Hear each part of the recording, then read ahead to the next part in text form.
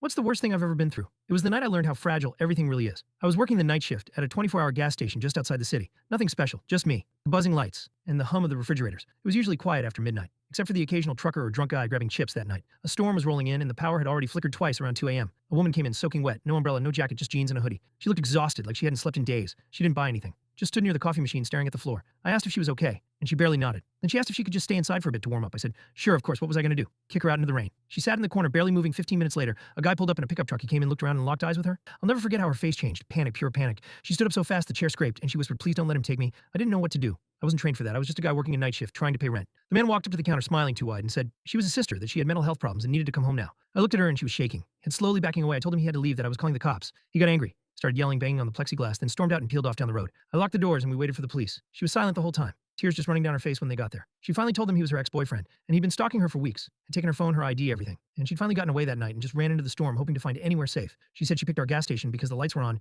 and it looked like someone might care. I don't know what would have happened if I'd shrugged her off or believed that guy, but I still think about it sometimes, how close things get to going very wrong, how some of the worst moments don't come with a warning. Just a quiet knock on the door, and a choice you only get one shot to make.